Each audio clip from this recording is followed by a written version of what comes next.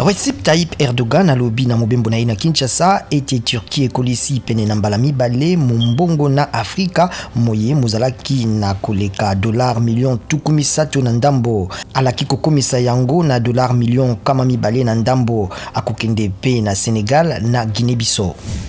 Ethiopia ebandi uto lobi kobimisa lotiliki na barrage ya monene etongami na ebale Nil Bleu atako Egypte na Sudan baboyi. Ministre ya mboya Ethiopia lobi ebale kobi kotiola na Sudan pe na Egypte bomo mesano Sudan ezali na makanisi mia kosala bango mabete. Joe Biden andimi kokutana na Vladimir Poutine na Moscou soki Russie ekotisi mampingama yango te na Ukraine. États-Unis elengeli etumbu pe mbano ebe soki Russie ekoti na Ukraine. Misala miambulamatari mibandi masolo maboyokani na groupe Fleurette ya Dan Gartler pona ezongisa na RDC makukima yango mamakele pe petelolo.